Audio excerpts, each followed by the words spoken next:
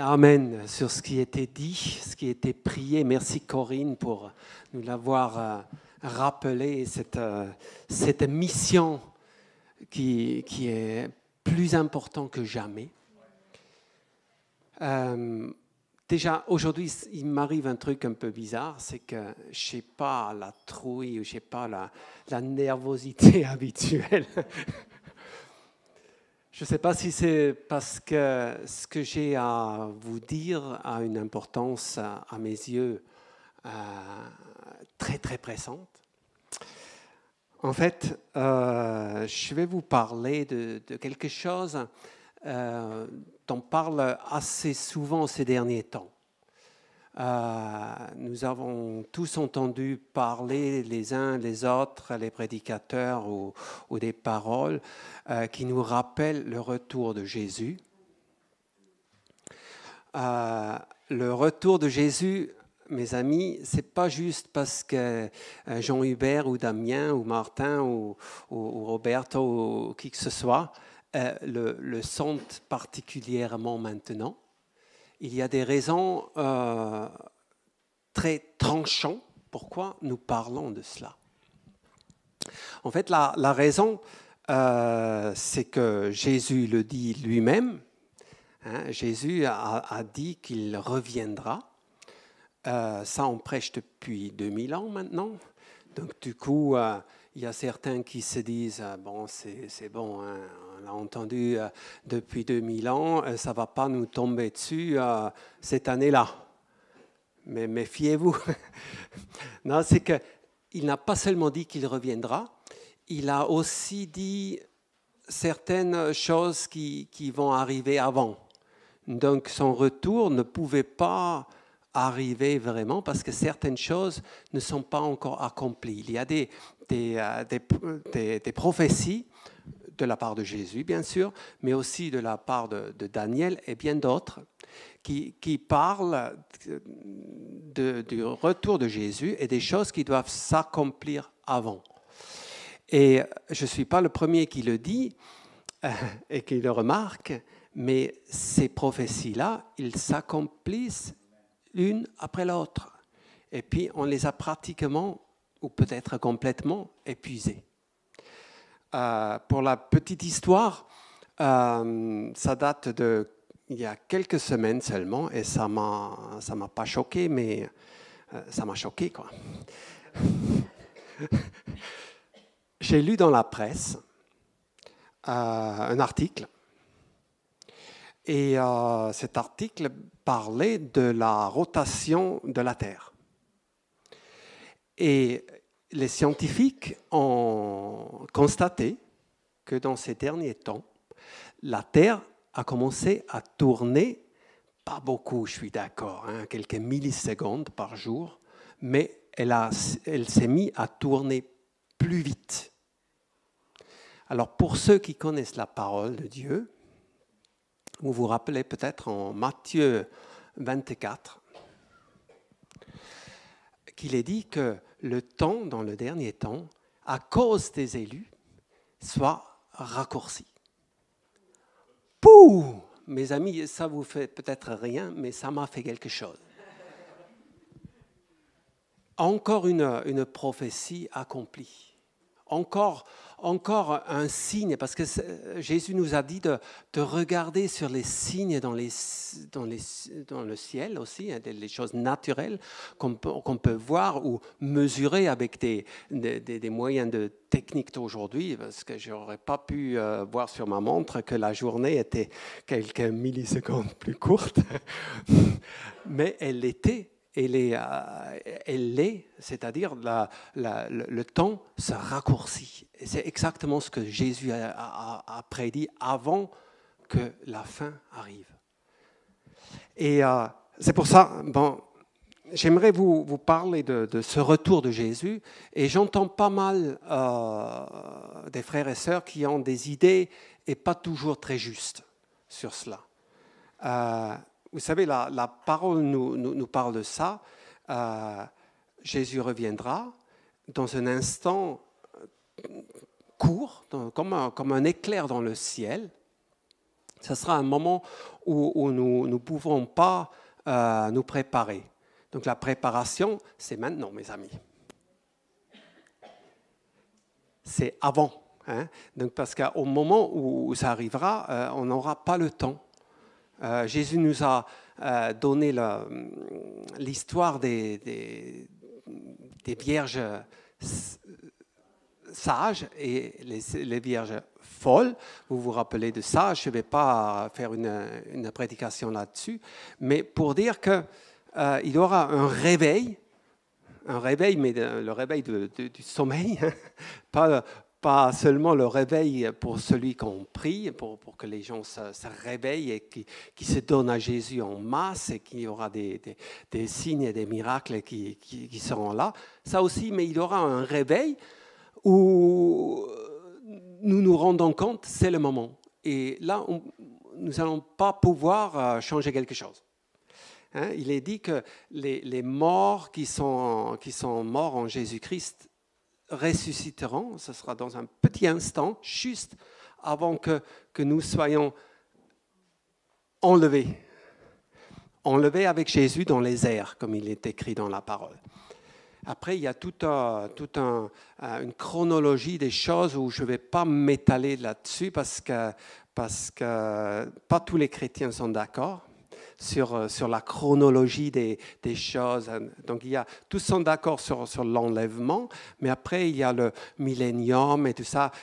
Dans quelle chronologie ça va se dérouler, je ne le sais pas exactement. Hein. J'ai mon petite idée, mais je ne vais pas m'étaler là-dessus. Ce n'est pas nécessaire non plus. Ce qui est intéressant et indispensable à savoir maintenant, c'est que la prochaine étape qui nous attend, c'est le retour de Jésus et l'enlèvement de l'Église qui va avec.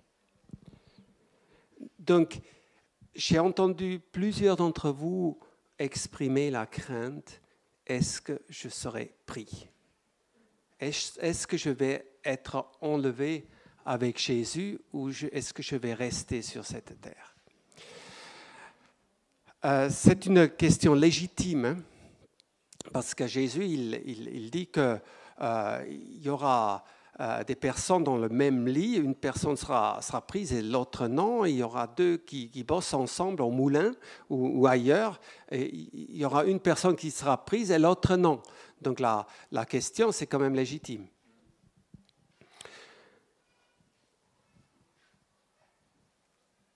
Donc il y a aussi la question de la tribulation. Est-ce que je vais vivre la tribulation dont il est parlé dans l'Apocalypse notamment? Et tout ça, c'est très important. En fait, quand je pense à tout ça, je me pose la question, comment Jésus voit mon comportement? Est-ce que Jésus est content de ce que je fais? Est-ce qu'il est d'accord avec ce que je dis ou avec ce que je fais sur cette terre? Et donc, du coup, je fais un bilan avant que lui le fasse, pour anticiper un peu la chose. Et je pense que je ne suis pas le seul qui fait ça. Et je pense aussi que c'est juste de se poser la question. Bien sûr, moi aussi, je suis comme Manu. Je me pose la question, est-ce que Jésus, est-ce que je suis sauvé? Est-ce que j'ai droit d'entrer dans le paradis, dans le ciel? Et je sais que j'ai proclamé son nom, comme Manu l'a dit. J'ai confessé que Jésus est mort et ressuscité.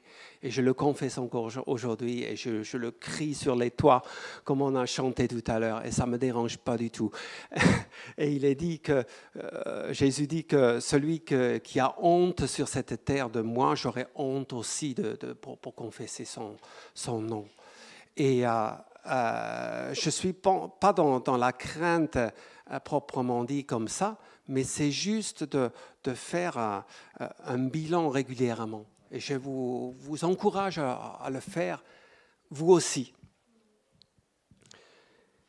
Vous savez, quand j'ai préparé ce message, j'ai puisé un peu la connaissance, j'ai puisé l'inspiration dans un livre de la Bible qui est peut-être celui-là qui est le moins lu.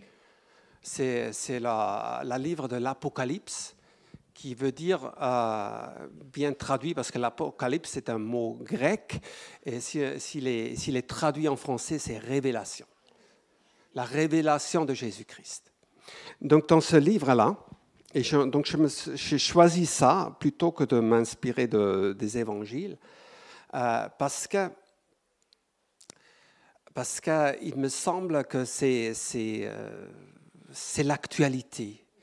Et vous savez, Jean Hubert, dimanche dernier, il n'y a pas longtemps alors, il nous a dit qu'il y a une telle importance des derniers mots qu'une personne dit. Il a dit ça pour les mots de Jésus avant d'être enlevé au ciel, avant de monter au ciel. Il a dit « allez hein, », comme Damien l'a répété encore tout à l'heure, « allez dans toutes les nations, faites des disciples, baptisez-les dans le nom du Père, du Fils et du Saint-Esprit, et enseignez-leur tout ce que je vous ai prescrit. » Toutes ces choses, c'est d'une actualité, d'une haute actualité, une urgence même de le faire maintenant. Encore plus si on sait que Jésus revient peut-être demain, mes amis. Alors, de le faire comme Corinne et d'autres le font, aller sur les marchés, et je sais qu'il y en a beaucoup d'entre vous qui évangélisent autour de vous, dans vos familles, dans vos écoles, dans vos lycées, dans vos postes de travail, vous témoignez de l'amour de Jésus, et vous faites bien parce que c'est une urgence absolue. D'accord ? Avant, vous savez, moi en tout cas, j'avais cette perception que c'était l'urgence avant que les gens meurent. Toujours d'ailleurs aujourd'hui. Hein. Mais il y a aussi donc le retour de Jésus qui fait un peu le même effet. Hein. C'est à ce moment-là, ce sera trop tard. Donc, bougeons-nous et accomplissons, soyons fidèles. Et puis, ce mot, soyez fidèles, c'est aussi la clé pour se préparer pour le retour de Jésus. Hein, soyez fidèles parce que dans la marche que nous faisons sur cette terre, eh ben, nous sommes exposés à toutes sortes de conflits, de difficultés, d'obstacles, de tentations aussi. Et dans cette marche, même si nous avons confessé Jésus, comme la plupart d'entre vous l'ont fait, mort et ressuscité, et la promesse c'est que vous serez sauvés, mais il y a quand même la marche sur cette terre, où il faut tenir. Hein, où il faut pas trébucher, parce que je suis de ceux qui pensent que le salut peut se perdre aussi. Hein, c'est quelque chose qui nous est donné, une promesse de Jésus, comme ça a été répété encore aujourd'hui, qui est là, et Jésus ne ment pas. C'est-à-dire, s'il dit « tu seras sauvé, Martin », je serai sauvé. Mais il faut aussi que je joue le jeu. C'est-à-dire, si je me permets de vivre ma vie comme je veux et que je m'en fiche de son opinion sur tout ça, petit à petit, je vais le perdre de vue. Et je risque de le tellement perdre de vue que je le renie. Que je trouve que les choses qui sont devant moi sont plus importantes que lui. Donc c'est pour ça que j'ai quand même une responsabilité dans ma marche de vivre ma foi en réel aussi. Et pour vous parler donc un peu de l'Apocalypse, j'ai lu et relu ce passage des 7 églises, donc les lettres aux 7 églises. Je pense que vous savez de quoi je parle. Donc, dans l'Apocalypse, en fait, c'est l'apôtre Jean qui l'écrit. c'est lui qui a reçu ces paroles-là et il était chargé par Jésus lui-même de l'écrire sur papier ou sur le support qu'il avait en époque pour que ça soit transmis jusqu'à nous. Et donc il a reçu de la part de Jésus des mots et des lettres à 7 églises précisément qui étaient importantes en époque. Donc Jean, il était jeune au moment de la crucifixion de Jésus. Il était très jeune même, la parole nous le rapporte. Donc oubliez les tableaux des vieillards autour de Jésus. Jean était jeune. Donc entre la crucifixion de Jésus et le moment où il a écrit l'Apocalypse, il se sont passés quelques décennies quand même, parce qu'il était lui-même vieux quand il était prisonnier sur l'île de Patmos. Donc c'était dans sa vieillesse. Donc il y a peut-être, je ne sais pas, 60 ans, 70 peut-être, qui se sont passés entre les deux. Et donc ces églises ont fonctionné depuis plusieurs décennies déjà. Donc ils ont eu un certain rythme, un certain train-train, comme on dirait aujourd'hui. Et Jésus les reprend. Jésus fait des reproches plutôt sévères, je trouve. Beaucoup plus sévères, pour mes yeux, qu'il était dans sa vie sur terre qui nous est rapportée par les évangiles. Je pense notamment à des passages où vous vous souvenez sûrement de l'adultère, de la femme adultère, qu'il a graciée sans qu'elle a fait quelque chose en fait. Qu'il a juste dit va, ne pêche plus. Quand il reprend les églises, les 7 églises en Apocalypse, il est quand même sévère, je trouve. Genre, je ne vais pas vous lire tout ça, ça durerait trop longtemps. Mais il a dit, tu as toléré certaines choses. Tu as toléré que certaines personnes enseignent dans ton église et ils racontent des bêtises. Où il a dit, tu as perdu le premier amour. C'est une reproche quand même, et sévère. Ou l'autre auquel il a dit, tu es ni chaud ni froid, et je te vomirai de ma bouche parce que tu es tiède. Dans le même chapitre, après chaque reproche, parce que les églises sont mentionnées une après l'autre, et à la fin de chaque reprise, il donne une promesse quand même. Et là, c'est magnifique. Autant que les reproches sont extrêmes, autant les promesses sont extrêmes aussi. Là, je vais juste vous citer ce qu'il promet au vainqueur, à celui qui va vaincre. Je te donnerai à manger de l'arbre de vie. À un autre, il dit, je n'aurai pas à souffrir, donc celui qui vaincra n'aura pas à souffrir de la seconde mort. Ou un autre, je donnerai de la manne cachée et un caillou blanc avec un nouveau nom. Nous ne comprenons pas tout ça, tout ce qui est dit là, mais imaginez-vous Jésus qui dit, je te reprends quand même pour telle et telle chose, et on peut le prendre d'une manière personnelle aussi. Là, c'était aux anges des églises, donc aux leaders des églises. Mais nous pouvons accepter ça aussi pour chacun de nous. Damien, je te reproche quand même telle et telle chose, mais si tu vas vaincre, si tu vas persévérer jusqu'au bout, ben, je te donnerai l'autorité sur les nations. Je te donnerai l'étoile du matin. Je n'effacerai point ton nom du livre de la vie. Je confesserai ton nom au moment crucial.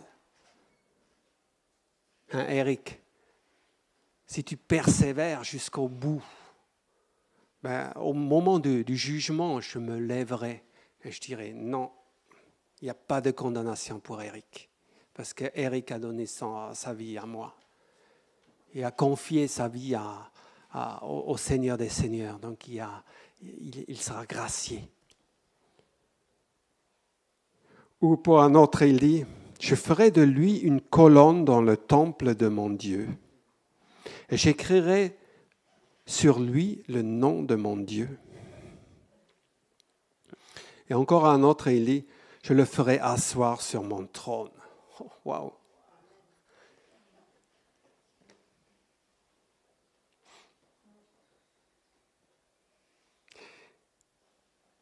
Quand on parle des derniers mots, comme Jean-Hubert a dit dimanche dernier, les derniers mots d'une personne. Alors j'ai envie aussi de voir les derniers mots de Jésus, mais pas dans le sens avant de son ascension, mais dans les derniers mots dans la Bible, dans la prophétie de l'Apocalypse. Donc je vous suggère d'ouvrir votre Bible en Apocalypse 22.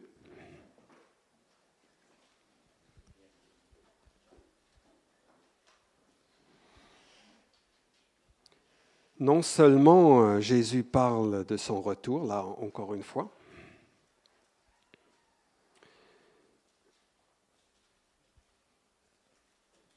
alors, Apocalypse 22, et je vous suggère le texte à partir de verset 11.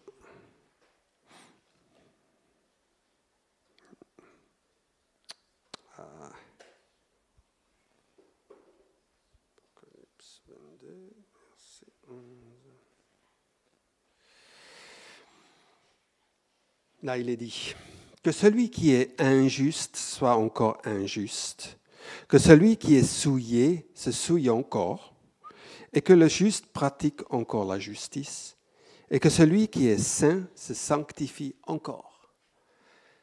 Mes amis, je sais que dans le dernier temps, et comme je disais tout à l'heure, on y est dans les derniers jours, semaines, mois, années. Mais dans le dernier temps, il y a cette parole de Jésus qui va encore s'accomplir, que celui qui est injuste soit encore injuste, que celui qui est souillé se souille encore, et que le juste pratique encore la justice, et que celui qui est saint se sanctifie encore. En lisant ce verset, j'ai eu une image. J'aurais bien voulu vous la projeter, mais je compte sur votre imagination. Imaginez-vous un chemin en montagne, en flanc de coteau. Un chemin qui monte légèrement. Et pour le randonneur sur ce sentier, il a sur un côté presque un ravin, hein, une descente qui descend. Et de l'autre côté, la colline qui monte encore, la montagne qui monte encore. Et en allant tout droit, ben le sentier, il monte légèrement. Imaginez-vous sur ce chemin, imaginez-vous sur ce sentier en marchant. Et je pense que c'est vraiment le moment pour cela. Il serait tellement simple de dégringoler sur le côté où ça descend. Vous savez, sur votre chemin, il y a des obstacles. Il y a des choses, des tentations qui croisent votre chemin. Il y a des choses qui sont difficiles. Et ça serait tellement simple de s'abandonner, de se dire, au point où je suis, je me laisse aller. Et Vous savez, quand ça arrive, et ça, malheureusement, ça arrive à des personnes qui ont donné, à un moment donné de leur vie à Jésus, qui ont fait une démarche, et puis qui se laissent surprendre par les tentations, qui se laissent surprendre par les obstacles, et qui pêchent ou qui oublient. Et puis le fait qu'ils ont péché ou qu'ils ont oublié, ça fait qu'ils y pensent encore moins. Et on se laisse tellement vite et facilement prendre dans un tourbillon qui descend. Et ce serait tellement simple de se laisser aller. Mais vous êtes sur ce chemin. Là, je parle en fait de celui qui est injuste, soit encore injuste. Celui qui est souillé, se souille encore. Et dans ce dernier temps, ces accents seront encore accentués. Ces nuances de la vie seront encore plus fortes. Donc, le risque de se laisser aller, il est plus grand. C'est pour ça qu'il est dit que celui qui est injuste soit encore injuste. Ça s'accélère encore, que celui qui est souillé se souille encore. Et que le juste pratique encore la justice. Alors, comme c'est accentué vers le mal, c'est aussi accentué vers Jésus, vers la destination finale, où nous sommes sur ce chemin. Alors, nous avons cette promesse aussi d'être soutenus dans notre marche. Que le juste pratique encore la justice et que celui qui est saint se sanctifie encore. Ne nous reposons pas sur quelque chose que nous avons vécu il y a longtemps. Ne nous reposons pas sur une promesse que nous croyons éternelle, mais si nous n'entretenons pas, elle risque de se perdre. Donc si tu as fait une démarche de conversion, une démarche d'abandon vers Jésus, c'est bien et c'est juste, mais ça s'entretient. Et donc que le juste, ou que celui qui est saint, qui est sanctifié par le sang de Jésus, se sanctifie encore. C'est un travail de tous les jours, mes amis. Et je peux vous dire, je n'ai pas fini moi non plus, surtout pas. Vous savez, avec Imke, on a reçu une sœur hier, en entretien pastoral, si vous voulez. Et c'était tellement bien ce partage que la sœur, elle nous a confié des choses. Elle nous a dit, dans tel et tel domaine, j'ai encore des progrès à faire. Et sur un des domaines, il a fallu que je dise, mais ma sœur, tu t'adresses à quelqu'un qui ne peut pas te faire des leçons sur ce domaine-là. Je suis dans le même bateau que toi. Et ce qu'on a fait, c'est qu'on s'est alliés dans la prière et on avance ensemble. Il faut garder cette humilité. Et je peux vous dire, l'humilité est une culture. Autant que dans les 7 églises, dans les lettres aux 7 églises, les reproches qui étaient faits, ce n'étaient pas des reproches de péché. Il n'a pas dit, là tu es tombé dans l'adultère, ou là tu as menti. C'était des reproches d'habitude, de culture. Donc tu as toléré que les gens enseignent des choses dans ton église qui ne sont pas justes. Et ce n'est pas pour une fois cette reproche, c'est pour quelque chose qu'il a pris l'habitude. Il a perdu son premier amour. On peut oublier le premier amour un moment, mais l'amour, c'est une habitude. L'amour, c'est une culture. L'amour, c'est quelque chose qu'on entretient, et de le perdre aussi. Alors, les reproches étaient des habitudes. Et autant les habitudes bonnes sont bénéfiques et nous aident à surmonter les obstacles dont je vous ai parlé tout à l'heure.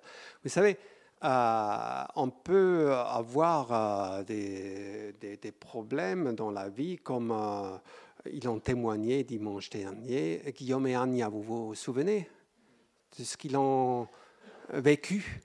Ils ont vécu un accident soudain, hein? Mais leur réflexe, c'était Jésus. Au moment de l'accident lui-même, ils ont crié à lui. Et ce n'est pas parce qu'ils ont entendu une fois que Jésus sauve qu'ils ont eu ce réflexe. Ils ont eu ce réflexe parce que c'est devenu une habitude de mettre leur confiance en lui. Ça m'est arrivé à moi aussi il y a quelques années dans un accident avec un engin agricole, où j'ai perdu tout pouvoir sur la machine, et puis la machine a pris un talus. Je ne pouvais rien faire, hein, avec toutes mes capacités de bricoler et d'inventer. Là, il n'y avait rien à faire. Et donc, mon réflexe était « Jésus, Seigneur Jésus, au secours !» Et je peux vous dire, Guillaume et Anya, comme moi-même il y a quelques années, on était sauvés dans notre corps physique grâce à ce réflexe, à cette culture de confiance, une culture d'amour, une culture de confiance. Ça change tout, mes amis. Donc c'est pour ça que nous avons besoin aussi de travailler cela. Quand je continue dans le texte, il est dit, donc c'est Jésus qui parle, « Voici, je viens bientôt, et ma rétribution est avec moi, pour rendre à chacun selon ce qui est son œuvre. Je suis l'alpha et l'oméga, le premier et le dernier, le commencement et la fin. » C'est quand même Jésus est Jésus. Jésus est le roi des rois, celui qui a le dernier mot, qui ne change pas. Le premier et le dernier, l'alpha et l'oméga, le commencement et la fin. Et il rend à chacun selon ses œuvres. Heureusement, il y a la grâce encore. Heureusement, Jésus ne s'arrête pas là, parce que si je devais ramasser ce que j'ai fait, mes amis, il ajoute justement « Heureux ceux qui lavent leurs robes, afin d'avoir droit à l'arbre de vie et d'entrer par les portes dans la ville. Heureux ceux qui lavent leurs robes. » Donc tous ceux qui ne sont pas toujours fiers de leurs œuvres, est-ce qu'il y en a ici? Nous avons cette possibilité de laver notre robe. Qu'est-ce que c'est notre robe? Il est parlé justement dans le livre de l'Apocalypse des rachetés qui se présentent devant le Seigneur en robe blanche, plus blanche que la neige, comme il est dit. Alors, ces robes sont lavées dans le sang de Jésus. Normalement, le sang s'attache, mais là, ce n'est pas le cas. C'est le sang de Jésus qui enlève toute tache, toute souillure. Donc nous avons régulièrement besoin. Et ça aussi, c'est une culture. Là aussi, c'est une habitude. Et j'ai pris cette habitude, pas depuis très très longtemps, mais en tout cas depuis que je suis conscient de son retour imminent. J'ai pris cette habitude et cette culture, je le cultive dans ma vie, de me mettre régulièrement devant le Seigneur et faire ce bilan dont j'ai parlé tout à l'heure. Vous savez, je vous aime tous, sans exception. Et si c'était ma décision pour apprendre, est-ce que vous allez prier au moment quand Jésus revient? Est-ce que vous allez venir avec lui? Je vous accorderai par amour cela, mais ce n'est pas à moi de décider. C'est à vous de prendre, d'anticiper, à faire le bilan.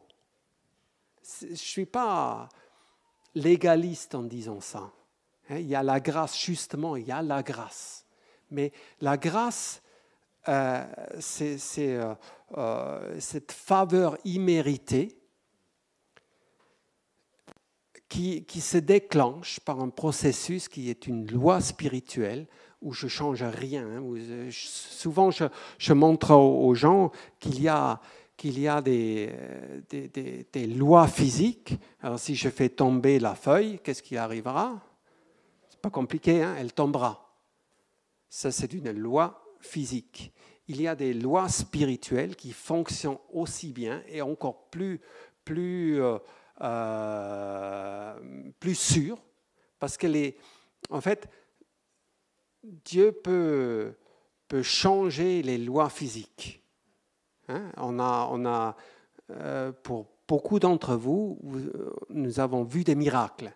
Et quand vous voyez des miracles, c'est les lois physiques qui sont changées par grâce. Mais il y a des lois spirituelles qui fonctionnent encore plus sûres que ça, qu'on ne change pas. Et une de ces lois, c'est que si nous mettons à la lumière nos faiblesses, comme cette sœur de hier, comme moi-même en ce moment, j'ai été amené à confesser mon péché aussi, moi, hein, à mettre à la lumière, demander pardon et grâce au Seigneur, c'est à ce moment-là qu'il fait grâce aux humbles. Mais il résiste aux orgueilleux aussi.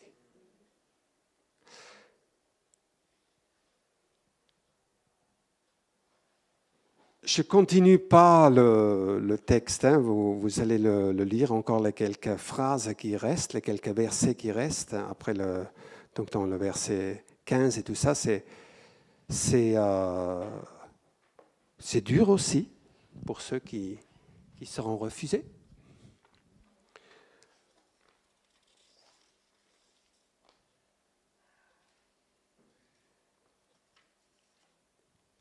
Je veux juste vous inviter à prier avec moi, si vous voulez bien. Debout ou assis, comme vous voulez. Seigneur Jésus, merci.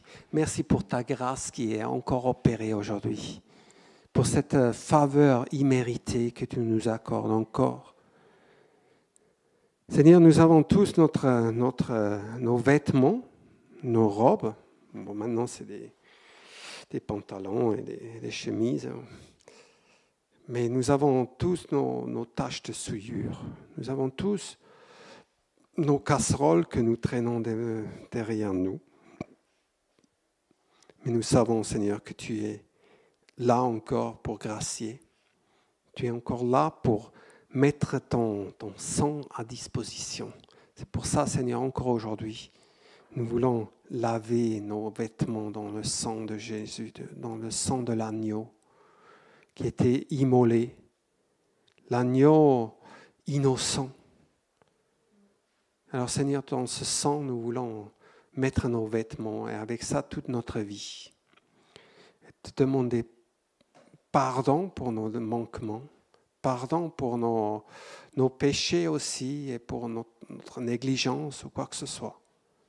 Seigneur, tu le sais. Et te demander encore grâce, Seigneur, de nous laver. Seigneur, donne-nous cette grâce aussi d'instaurer dans nos vies une culture d'amour, une culture d'humilité, une culture de nous remettre en question souvent, Seigneur. Nous ne pouvons pas le faire continuellement et ça nous arrive des moments où nous avons manqué sans avoir demandé pardon. Pardon pour cela aussi, Seigneur. Mais la culture, l'habitude, Seigneur, l'habitude de l'humilité, nous voulons l'instaurer dans nos vies intentionnellement.